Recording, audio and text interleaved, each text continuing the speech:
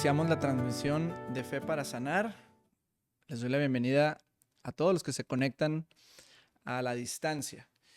Estas sesiones son muy interesantes porque uno de los temas que veíamos desde el principio es cómo es realmente la iglesia desde los tiempos de Jesús, y qué concepto tenemos de la iglesia realmente hoy en día. Este, es una organización, es una denominación, pero la iglesia, como Jesús la define, es el cuerpo mismo de Cristo y es el cuerpo, la organización divina realmente que Jesús puso sobre toda obra del enemigo, como nos dice Efesios, y puso y dio poder a la iglesia sobre todo esto, sobre todo principado, sobre toda potestad. Entonces, el decir iglesia, es decir, el cuerpo de Cristo, se reúne a ver y a entender los principios bíblicos sobre los cuales se rige las leyes del universo y se rigen todas las cosas. Entonces, el hacer este tipo de cosas son cosas sagradas, son manejar, hablar, leer, estudiar y recibir revelación de la palabra de Dios, que tiene el poder. La palabra de Dios tiene el poder para librarnos de destrucción, para sanar nuestras enfermedades, para darnos vida eterna. Y esta es la importancia. Entonces, pues bueno, nuevamente bienvenidos y vamos a continuar lo que la semana pasada iniciamos y cerramos. La semana pasada estuvimos de alguna manera cerrando lo que hemos venido hablando por 2 meses aproximadamente sobre cuáles son los principios fundamentales, no solamente de la iglesia, sino los principios fundamentales del creyente. Cómo en el principio estaba Dios, Padre, Espíritu, Hijo, estaban en una perfecta comunión, cómo la manifestación de Dios mismo es la palabra de Dios, como Dios es luz. eh, y empezamos a establecer todos esos principios y dejamos para el último lo más importante, que es el hecho de que Dios es el fundamento absoluto de todo eso. Entonces cerramos eso y abrimos una serie que todavía no tengo idea cómo se llama, pero se trata del amor de Dios. Y el amor de Dios entendemos ser el principio absoluto, fundamental. Si tienen sus Biblias, pueden abrirla en la primera carta de Juan, capítulo 4 y versículo 7. Y dice: amados, amémonos unos a otros, porque el amor es de Dios. Todo aquel que ama, dice, todo aquel que ama es nacido de Dios y conoce a Dios. El que no ama no ha conocido a Dios. ¿Por qué? Porque Dios es amor.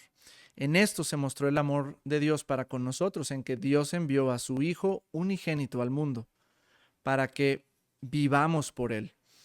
Y en esto consiste el amor, no en que nosotros hayamos amado a Dios, sino en que Él nos amó a nosotros y envió a su Hijo en propiciación por nuestros pecados. El versículo 16 dice: y nosotros hemos conocido, eso es experimentado, y hemos creído el amor que Dios tiene para con nosotros. Dios es amor.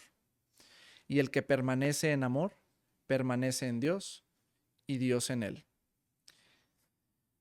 Entonces, el principio absoluto de todas las cosas, el fundamento de nuestra fe, el fundamento como se dice, del tejido del universo, es el hecho de que Dios es amor. Dios no tiene amor, Dios es amor. Y como tal, cualquier cosa que hagamos en nuestra vida, cualquier situación que nos suceda, no podemos hablar de fe sin tener una mano en el amor de Dios. No podemos hablar incluso del juicio de Dios si no tenemos una mano en el amor de Dios. O hablar de la gracia de Dios, o hablar de cualquier cosa si no estamos listos para estar fundamentados y arraigados en el amor de Dios. Entonces, el amor de Dios se convierte en el factor, en el tema, en el aspecto más importante que podemos aprender, que podemos entender. y sobre la cual todas las cosas se desprenden. Nos decía, no me acuerdo en qué versículo bíblico dice, bueno, Jesús lo mencionaba, en, todos los profetas y toda la ley de Dios están colgadas o dependientes del amor de Dios. En esto se cumple toda la ley de Dios, todos los 613 mandamientos, los 10 mandamientos, se cumplen cuando el amor de Dios se cumple. Si nosotros caminamos en el amor de Dios, caminamos en perfección en los mandamientos de Dios.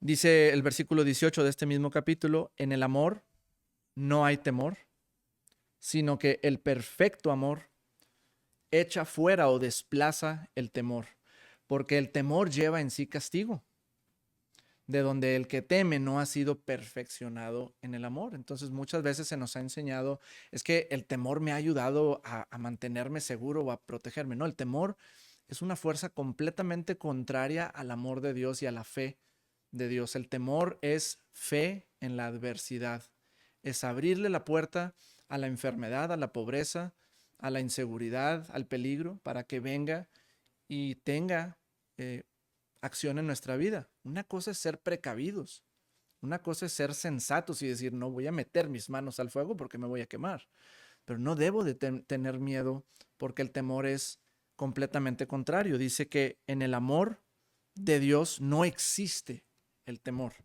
sino que el perfecto amor o el completo amor desplaza el temor, porque el temor trae castigo. El temor trae, otra palabra de castigo es, no tribulación, hay otra palabra, tormento. Dice, el temor tiene tormento. De donde el que tiene miedo no ha sido perfeccionado en el amor. Y el ser perfeccionados en el amor tiene que ser en esta vida. De nada sirve ser perfeccionados en el amor en el cielo. En esta vida somos perfeccionados en el amor y el perfeccionamiento se refiere a ser completos, a ser plenos. En primera los Corintios, capítulo 13 y versículo 13, es uno de los, si no es que el capítulo que define las características del amor. Y uno de esos, al final de ese capítulo, en el versículo 13, después de haber dicho, el amor es puro, el amor todo lo puede, es sufrido, el amor no hace nada indebido, son características que en el episodio pasado les dejé de tarea, que tenían que estar leyendo eso. Pero en 1 Corintios 13:13 dice, y ahora permanecen la fe, la esperanza y el amor. Estos tres son fundamentos realmente, es como un tripié sobre el cual debemos estar siempre sentados, la fe, la esperanza y el amor. Pero el mayor de ellos es el amor. Cuando tenemos una revelación real en nuestro corazón de lo que implica realmente el amor de Dios, nuestra vida no puede quedarse igual. Tiene que cambiar para bien. Entonces, por ejemplo, en Juan 10:10, en el Evangelio de Juan, ¿y por qué se menciona tanto Juan? De hecho, Juan se dice a sí mismo, yo soy el discípulo a quien Jesús amaba. Juan es el que estaba recostado en Jesús en la última cena. Entonces, Juan 10:10 dice, el ladrón es el que viene a robar, a matar, a destruir. Pero Jesús dice, yo he venido para que tengan vida y para que la tengan en abundancia. La versión amplificada dice, yo he venido para que tengan mucha vida y la tengan en mucha más abundancia. El propósito, la voluntad de la obra de Jesús y de Dios siempre ha sido vida, siempre ha sido abundancia, siempre ha sido plenitud total. Él no vino a traer robo, muerte y destrucción. Esa es la obra del enemigo. Y es una doctrina que un niño de 3 años puede entender. Si nosotros pudiéramos entenderlo de esa manera, solucionaríamos muchos aspectos. Dios bueno, diablo malo. Es tan fácil como eso. Si estás viviendo cosas buenas, es Dios.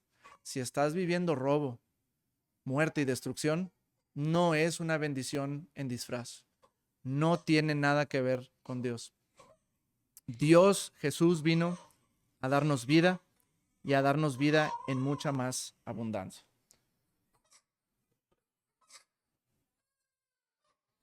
Dice Jesús en una de las parábolas de la semilla, dice que inmediatamente una vez que la semilla es esparcida y sembrada, el enemigo viene a robar esa semilla. ¿Por qué el enemigo viene a robar y no viene primero a matar?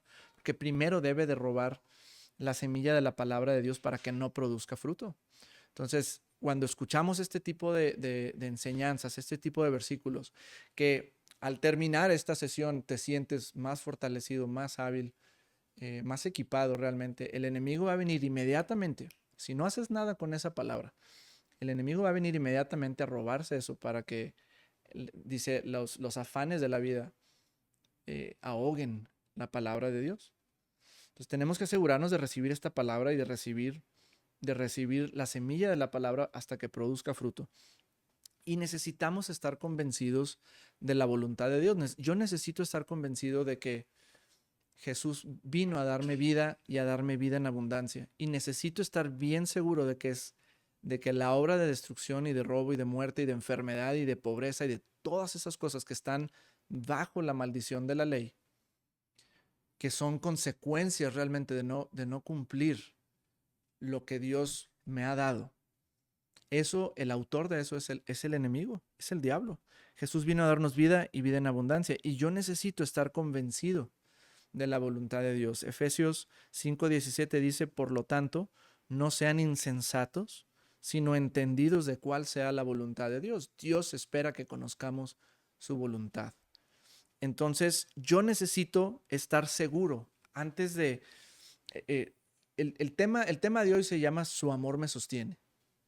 Y dentro de su amor me sostiene, su amor me protege, su amor me sana, su amor me cuida. Pero si yo no estoy seguro de la voluntad de Dios, yo no puedo tener fe para protección, no puedo tener fe para sanar, no puedo tener fe para lo que Dios realmente, las promesas que Dios tiene para mí, pasen a ser mías. ¿Por qué? Porque soy víctima de creencias, de religión y de conceptos que no son bíblicos.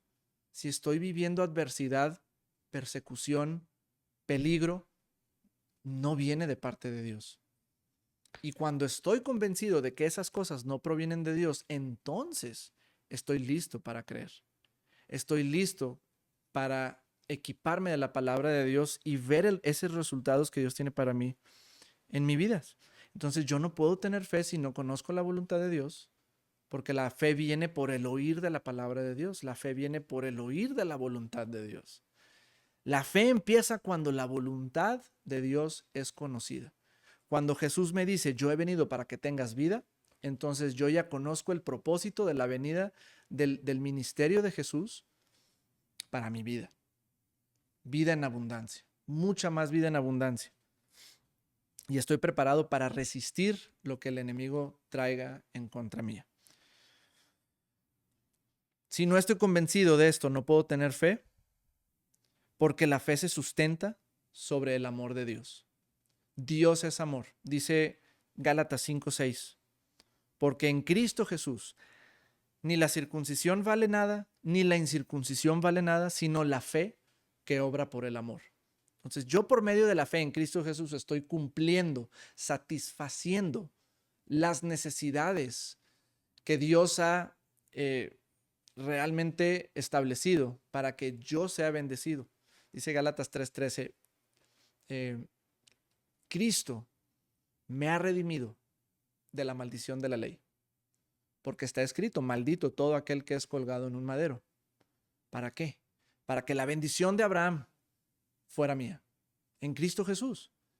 Entonces, yo necesito tener fe para poder recibir lo que Dios tiene para mí. Jesús lo decía una y otra vez, tu fe te ha sanado, tu fe te ha hecho pleno, completo. Todo lo que Dios tiene para nosotros, sanidad, restauración, regeneración, la medicina de Dios, provisión, protección, todo es dependiente de mi capacidad para engancharme de sus promesas por medio de la fe. Sin fe es imposible agradar a Dios. Pero no me puedo centrar en la importancia de la fe y en el hecho de que la fe es el conducto hacia la gracia de Dios si no tengo una revelación del amor de Dios para mí. Juan era el discípulo que él se expresa, yo, o Jesús, dirigiéndose al discípulo a quien amaba, o sea, yo, tenía mucha confianza de eso, Juan. Da la coincidencia, podemos decir, que Juan fue el único discípulo al que no pudieron matar. Dice la historia que lo metieron en aceite hirviendo y no lo pudieron matar, al grado de que lo tuvieron que exiliar a una isla porque no le podían hacer absolutamente nada. La revelación del amor de Dios permitirá que tu fe nunca falle. Permitirá que tu fe sea un conducto perfectamente, valga la redundancia, conductor del poder de Dios. Dice la Biblia que la fe es más preciosa que el oro. Bueno, el oro es un excelente conductor. La fe es más.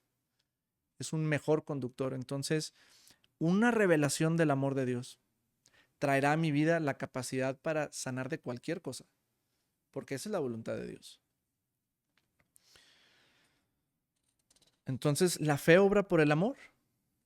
El motor de la fe, el motor de mi confianza y de mi dependencia en Dios, es la revelación que yo puedo tener del amor de Dios. Algo muy importante que podemos hacer durante esta serie es pedirle a Dios, y pídele a Dios así de fácil: Señor, revélame tu amor. Ayúdame a entender tu amor. Dice, de hecho, no lo traigo aquí en mis notas, pero en Efesios, creo que es Efesios 1 o Efesios 3. Si abres la carta de Pablo a la iglesia en Éfeso, vamos a ver si es 3:14. Dice, es una oración, una de las oraciones que nosotros como cristianos, como creyentes, debemos de habitar en esto. Dice, por esta causa doblo mis rodillas ante el Padre de nuestro Señor Jesucristo, de quien toma nombre toda familia en los cielos y en la tierra. ¿Para qué? Para que os dé, conforme a las riquezas de su gloria, el ser fortalecidos con poder en el hombre interior, o sea, en mi espíritu, por su espíritu, para que habite Cristo por la fe en mi corazón y en vuestros corazones, con el fin de que, arraigados y cimentados en amor, seamos plenamente capaces de comprender con todos los santos cuál sea la anchura, la longitud, la profundidad y la altura, y de conocer el amor de Cristo, que excede todo conocimiento, para que seáis llenos de toda la plenitud de Dios. Entonces, ¿podemos entender todo el amor de Dios? No, pero sí podemos empezar. Sí podemos empezar a comprender con todos los santos cuál sea todas estas dimensiones del amor y de conocer. La palabra conocer es ginosco, es como la relación entre hombre y mujer en matrimonio. Es una intimidad sumamente profunda, donde mi espíritu se une con el espíritu de Dios. Entonces, esta es la oración de Pablo: que podamos comprender, que podamos entender, que podamos tener una revelación, un entendimiento, no solamente mental, sino espiritual, porque no somos un cerebro, no somos una mente, somos un espíritu, unidos al Espíritu de Dios, si es que somos salvos por medio de la obra de Cristo Jesús. Pero realmente debemos de estar orando esto. Por esta causa doblo mis rodillas, para que Dios nos dé, conforme a las riquezas de su gloria, el ser fortalecidos, para que habite Cristo por la fe, para que yo, estando arraigado, aterrizado y cimentado en el amor de Dios, yo sea plenamente capaz de comprender todas estas cosas referente al amor de Dios. Y después de eso dice, y a aquel que es poderoso para hacer todas las cosas mucho más abundantemente de lo que pedimos o entendemos con la mente, según el poder que actúa en nosotros. Debemos de entender el amor de Dios. Debemos de empezar a entender el amor de Dios. Debemos de tener una relación diaria con el amor de Dios. Y solamente cuando yo tengo ese entendimiento del amor de Dios, mi fe puede funcionar. Y mi fe se puede conectar a la gracia de Dios, que es todo el favor y todo el poder de Dios disponible para nosotros. Sin fe es imposible agradar a Dios. sin amor, la fe no funciona.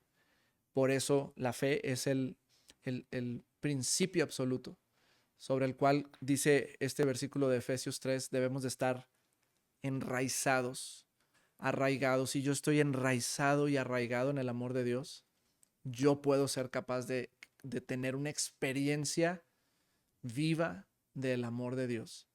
Y eso me hace invencible. Eso te hace invencible. Eso hace a cualquier diagnóstico, a cualquier enfermedad débil. Y en uno de estos versículos, en esta misma carta, dice que cuando tenemos este tipo de entendimiento, ni principados, ni potestades, ni ninguna fuerza en la tierra, ni en los cielos, ni debajo de la tierra tiene que doblar su rodilla ante el nombre de Jesús. Pero necesito tener una revelación. Si no sé quién soy, si no sé quién soy en Él, si no sé lo que Él me ha dado, no puedo realmente disfrutar de estas cosas. En la Biblia se nos mencionan versículos que nos hacen esta referencia a, por ejemplo, en una situación de enfermedad, su amor me sostiene. El título del mensaje de hoy es Su amor me sostiene, o soy sostenido por su amor y en el amor de Dios. Les voy a leer 6 versículos que hablan al respecto. Salmo, ustedes lo pueden apuntar, no tienen que ir ahorita en eso, pero Salmo 41:3 dice, el Señor los sostendrá cuando estén enfermos, los sanará y los levantará de su cama. Bueno, Dios es amor. El amor los sostendrá cuando estén enfermos, los sanará y los levantará de su cama. ¿Existe algún tipo de ambigüedad en un versículo como estos? ¿Algún tipo de indecisión? O bueno, Dios sabe si sí, si no, que se haga su voluntad. Aquí está su voluntad. Isaías 46:4 dice, desde que nacieron hasta que envejezcan, yo seré el mismo, dice Dios. Yo los cuidaré, yo los llevaré en mis brazos y los salvaré. La palabra salvación en el Antiguo Testamento es Yahshua. El nombre de Jesús significa salvación. Salmo 94, 18 y 19. En la versión TLA dice, cuando sentí que me caía, tú, Señor, con tu amor me sostuviste. Cuando estaba angustiado y preocupado, tu consuelo me llenó de alegría. Isaías 41:10 dice, no tengas miedo, porque yo estoy contigo. Pero tenemos algo que hacer. Me está dando una instrucción. ¿Puedo no tener miedo? Por supuesto que puedo no tener miedo. Si Dios me ama, el perfecto amor de Dios echa fuera el temor. No tengas miedo porque yo estoy contigo. No te desalientes porque yo soy tu Dios. Te daré fuerzas y te ayudaré. Te sostendré con mi mano derecha victoriosa. Es como un niño que se protege detrás de su papá cuando hay un perro ladrando, por ejemplo. El niño está seguro detrás de la postura de protección de su padre. Salmo 147:3 dice, Él sana a los de corazón quebrantado, les venda las heridas. Segunda a los Corintios 12:9, mi gracia es todo lo que necesitas, porque mi poder actúa mejor en tu debilidad. Cuando somos débiles es cuando verdaderamente somos fuertes, porque la fuente de nuestra fortaleza es Dios mismo. Estamos conectados a Él por medio de su amor. Tenemos también versículos de cómo el amor y la fidelidad de Dios nos sostienen ante ataques. El Salmo 91, que es el Salmo de protección, en el versículo 4 al 7 dice, con sus plumas te cubrirá, debajo de sus alas te dará refugio. Su fiel promesa, esto es la Nueva Traducción Viviente, perdón. Su fiel promesa es tu armadura y tu protección. No tengas miedo de los terrores de la noche ni de las flechas que se lanzan de día. Aunque caigan 1000 a tu lado y 10,000 a tu diestra, a ti no te tocará. Son afirmaciones. Isaías 54 dice, ninguna arma forjada en contra tuya prosperará. Condenarás toda lengua que se levante contra ti en juicio. Esta es la herencia de los siervos de Jehová y su salvación de mí vendrá, dijo Jehová. Entonces vemos una y otra vez en múltiples situaciones, no solamente de peligro, sino de enfermedad, de necesidad, de provisión. el amor de Dios, Dios mismo, tiene la capacidad de sostenernos. Pero eso es, nuevamente, dependiente de la revelación que yo tengo del amor de Dios. Si yo no me aplico a tener una relación viva con Dios, a iniciar a comprender el amor de Dios, a meditar en el amor de Dios, a establecer y declarar desde mi postura del amor de Dios, las situaciones que me confronten me van a hacer pedazos. Jesús lo dijo en la parábola de la casa que se construye sobre la roca y la otra sobre la arena. ¿Quiénes son los que hacen mi palabra? ¿O quiénes son los que van a permanecer firmes? Dice que había dos casos.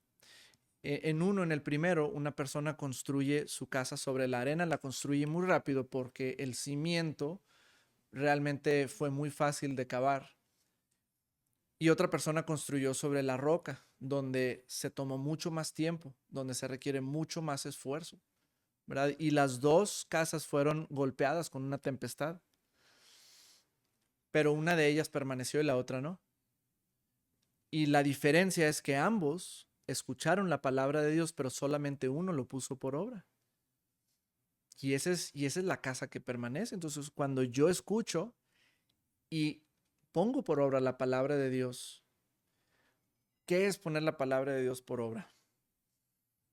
Y quizás eso es uno de los momentos más complicados porque Jesús nos dijo, en el mundo vas a tener aflicción. En el mundo van a suceder cosas difíciles. Vivir una vida exitosa, vivir bajo la protección de Dios no significa que no vamos a enfrentar situaciones difíciles. Pero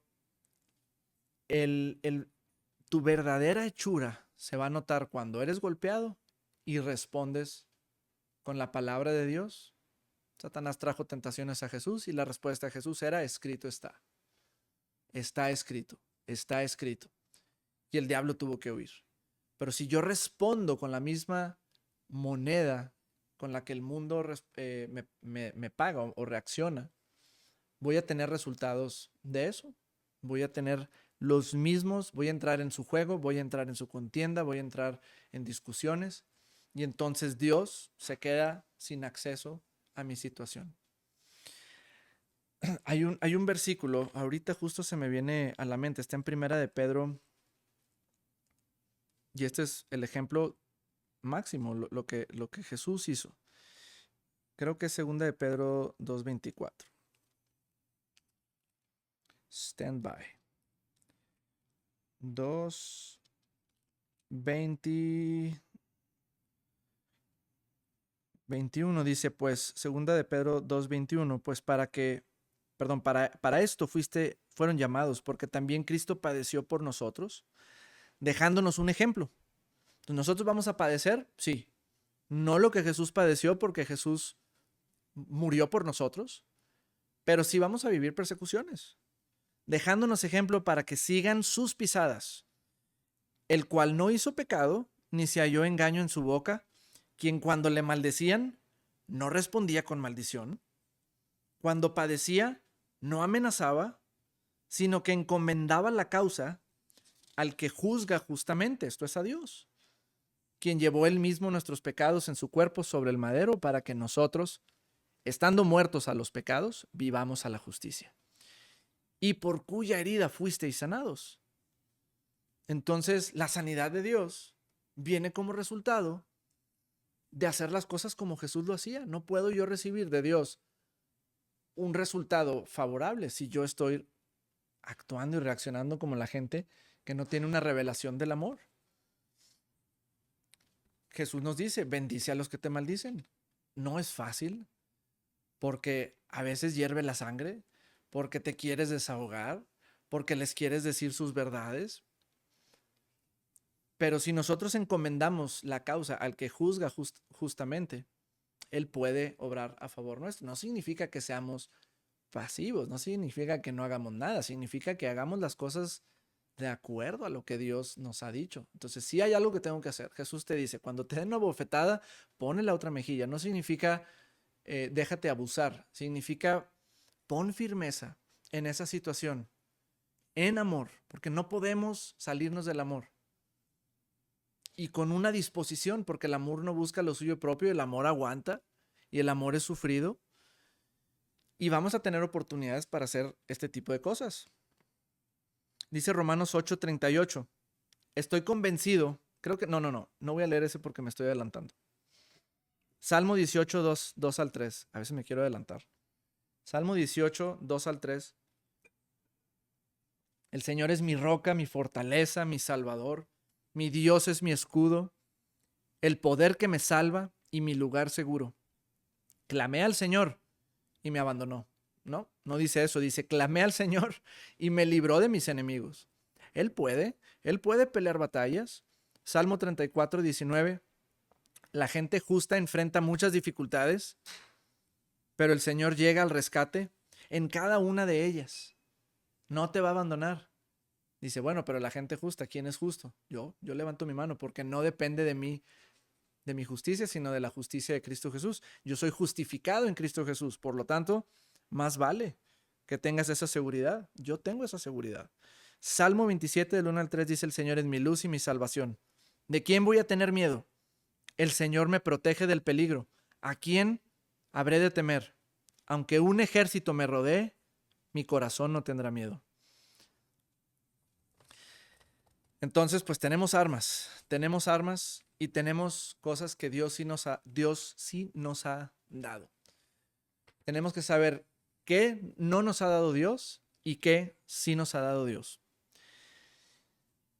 Tengo dos versículos para cerrar esta sesión y uno de ellos para saber qué es lo que Dios nos ha dado. Vamos a 2 de Timoteo, capítulo 1, versículo 7. Dice, porque primero, Dios no nos ha dado un espíritu de cobardía, sino de poder, esto es habilidad o capacidad. La palabra poder literalmente en este versículo es dunamis, de donde obtenemos nuestra palabra dinamita, explosivo. Nos ha dado un espíritu de poder, de amor, estamos hablando de que Dios es amor, y de dominio propio. La versión Dios habla hoy dice, pues Dios no nos ha dado un espíritu de temor, sino un espíritu de poder, de amor y de buen juicio. O sea, una capacidad para juzgar de la manera correcta nuestras propias acciones, nuestras propias decisiones. La Reina Valera decía dominio propio. Esta versión dice de buen juicio.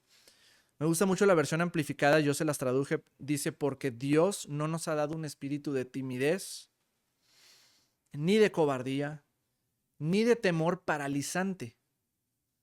Porque cuando viene el temor, viene como, te puedes quedar hasta en un sentido figurado y a veces muy literal, paralizado de una amenaza, de una situación donde viene alguien gigantesco, una organización, un gobierno, un estado, sino de, Dios no te ha dado eso. Dios te dio un espíritu de poder, de amor, una mente calmada, equilibrada, disciplinada y con dominio propio. Eso es lo que Dios sí te ha dado. Dios no te ha dado ansiedad, ni te ha dado depresión, ni te ha dado estrés, te ha dado una mente calmada, equilibrada, disciplinada y con dominio propio. La capacidad para tomar las riendas de tus pensamientos, de tu mente. Y entonces puedas tomar una acción correspondiente, puedas responder como Jesús respondía, con firmeza, poniendo la otra mejilla. Y una vez que tú presentas la mirada de amor de Jesús y la otra mejilla, muy difícilmente van a dar una segunda abofetada. Dios no nos ha dado temor, Dios no nos ha hecho cobardes, nos ha dado su espíritu de habilidad, de poder, de amor y la capacidad de gobernar nuestras respuestas adecuadamente. Y quiero que vayamos a Romanos, la carta de Pablo a los romanos, a la iglesia en Roma, capítulo 8. Romanos 8 no es literalmente el versículo, la mitad del versículo de la Biblia, pero yo sí considero que es el versículo sobre la cual converge toda la Biblia. Es un versículo muy importante que nos da identidad. No voy a leer desde el principio, yo les recomiendo leer desde el principio, desde que dice, ya no hay condenación porque estamos en Cristo Jesús, número 1. Ya no tenemos culpa porque estamos en Cristo Jesús. Pero quiero leer desde el versículo 28. Y literalmente, bueno, en mi Biblia, el título de este pasaje dice más que vencedores. No solamente somos vencedores, somos más que vencedores. Vamos a ver por qué. Versículo 28 dice, y sabemos que a los que aman a Dios, todas las cosas les ayudan a bien. Y hay que hacer un énfasis correcto. Todas las cosas ayudan para bien, no es un versículo general, no es un versículo para todas las personas. Es un dicho que toman muchas personas, todo obra para bien. No, no todo obra para bien, es para un grupo muy exclusivo de personas. Es para los que aman a Dios, los que se han ido, como dice la palabra, perfeccionando en el amor de Dios, para los que tienen una revelación del amor de Dios y aman a Dios. Jesús nos dice, ¿quién es el que me ama? El que hace mi palabra. El que me obedece es el que me ama. Para los que aman a Dios, todas las cosas les ayudan a bien, aún las cosas de peligro, aún las amenazas, aún las persecuciones. Todas las cosas les ayudan a bien. Esto es a los que conforme a su propósito son llamados. Como te digo, no es para todos. Es para un grupo muy específico de personas, los que aman a Dios y los que han sido llamados conforme a su propósito. Y eso puede ser para ti, depende de ti, no depende de Dios. Depende de ti, depende de mí. Porque a los que antes conoció, también los predestinó para que fueran hechos conforme a la imagen de su Hijo, para que Él sea el primogénito de muchos hermanos. Y a los que predestinó, a estos también llamó. Entonces nos está llamando a todos. No todos atienden al llamado. A estos también justificó. Y a los que justificó, a estos también glorificó. ¿Qué pues diremos a esto? Si Dios es por nosotros, si Dios está conmigo, ¿quién contra nosotros? El que no escatimó ni a su propio Hijo, sino que lo entregó por todos nosotros, ¿cómo no nos dará también con Él todas las cosas? ¿Cómo no nos dará con Él la respuesta, la victoria, el resultado, la sanidad? Ya lo ha hecho. Todo eso nos pertenece. ¿Quién acusará a los escogidos de Dios?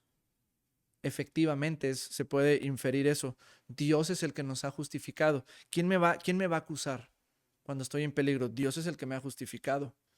¿Quién es el que me va a condenar? Cristo es el que murió. No ellos, Cristo murió. Y más aún, el que también resucitó. Y no solamente eso, sino que además está a la diestra de Dios, el que también intercede por nosotros. ¿Quién es el que intercede por nosotros ante Dios? Es Jesucristo, porque Él es el que murió, porque Él es el que fue al infierno a padecer, porque Él es el que fue a la cruz a ser despedazado. Él es el único calificado para hacer esto, nadie más. Versículo 35, ¿quién nos separará del amor de Cristo? Tribulación, angustia, persecución, hambre, desnudez, peligro o espada. Como está escrito, por causa de ti somos muertos todo el tiempo, somos contados como ovejas de matadero, pero no se queda ahí. Que bueno, pues es que ahí está, somos contados como oveja de matadero, tenemos que ir a que nos den con varas y enfermedades y todo esto. Pues no, dice, antes en todas estas cosas, no solamente somos vencedores, somos más que vencedores. Más que vencedores significa que antes de llegar a la batalla ya ganaste. La victoria es nuestra. Somos más que vencedores por medio de aquel que nos amó. ¿Quién es? Cristo Jesús, Dios. Por lo cual estoy seguro de que ni la muerte, ni la vida, ni ángeles, ni principados, ni potestades, está hablando de demonios o de gente que se deja utilizar por demonios, ni lo presente, ni lo porvenir, ni lo alto, ni lo profundo, ni ninguna cosa creada, pues ya esto realmente abarca absolutamente todo lo que puedes ver, percibir. Ninguna cosa creada nos podrá separar del amor de Dios que es en Cristo Jesús, Señor nuestro. Entonces, son tantos versículos, tantas citas bíblicas las que hemos mencionado el día de hoy, que si creo la mitad de las que hemos leído, con eso tengo para estar cimentadísimo en el amor de Dios. No hay enfermedad, no hay diagnóstico, no hay dolor, no hay padecimiento, no hay tribulación, no hay nada que me pueda separar del amor de Dios. Y también que me pueda estorbar la manifestación de la gracia de Dios en mi vida. Y por eso hacemos esto. Por eso estamos estableciéndonos en el amor de Dios, para que nuestra fe sea operativa, para que nuestra fe sea efectiva y por medio de nuestra fe podamos tener acciones correspondientes, acciones que se desprenden del amor de Dios, de la fe de Dios, acciones que son efectivas, y esas acciones nos puedan llevar a las manifestaciones que Dios tiene para nosotros. El amor de Dios es capaz de sostenernos. El amor de Dios me sostiene en la enfermedad, en el peligro, en la tribulación. Y el amor de Dios me garantiza que voy a ver el resultado que Dios tiene para mí. Así que mantente enraizado, enraizada, mantente cimentado, arraigado en el amor de Dios. Pídele a Dios que te revele su amor en su corazón. Pídele a Dios que te ayude a entender cada vez más y medita en su palabra, porque su palabra, recuerda lo que hemos visto. La palabra de Dios es Dios y Dios es amor. Si yo medito en la palabra de Dios, como dice el capítulo 15 de Juan, voy a permanecer en Dios, Dios va a permanecer en mí. Si yo medito en la palabra de Dios, voy a permanecer en el amor de Dios y el amor de Dios permanecerá en mí. Y eso me va a permitir responder adecuadamente. Y bueno, pues es todo por el día de hoy. Comparte este episodio. Todos, como lo dije la semana pasada, la necesidad más grande en el mundo es una necesidad espiritual. Y la palabra de Dios es la respuesta a esa necesidad espiritual. Compártelo. Ponle replay a este video. Estúdialo. Haz tus anotaciones. Lee, medita, ora. Que sea lo primero que hagas en la mañana. Que sea lo último que hagas en la noche. Y que sea algo a lo que estemos regresando intermitentemente durante el día y siendo fortalecidos y ejercitados en esta palabra de Dios, seremos capaces de vencer. Dice cerrando, 1 de Juan 5, no me acuerdo qué versículo, pero dice: los que somos nacidos de Dios hemos nacido vencedores o vencemos al mundo. Somos nacidos del amor, por lo tanto vencemos al mundo. No quizás, no tal vez, vencemos al mundo. Y esta es la victoria que vence al mundo, nuestra fe. Así que gracias y nos vemos a la próxima.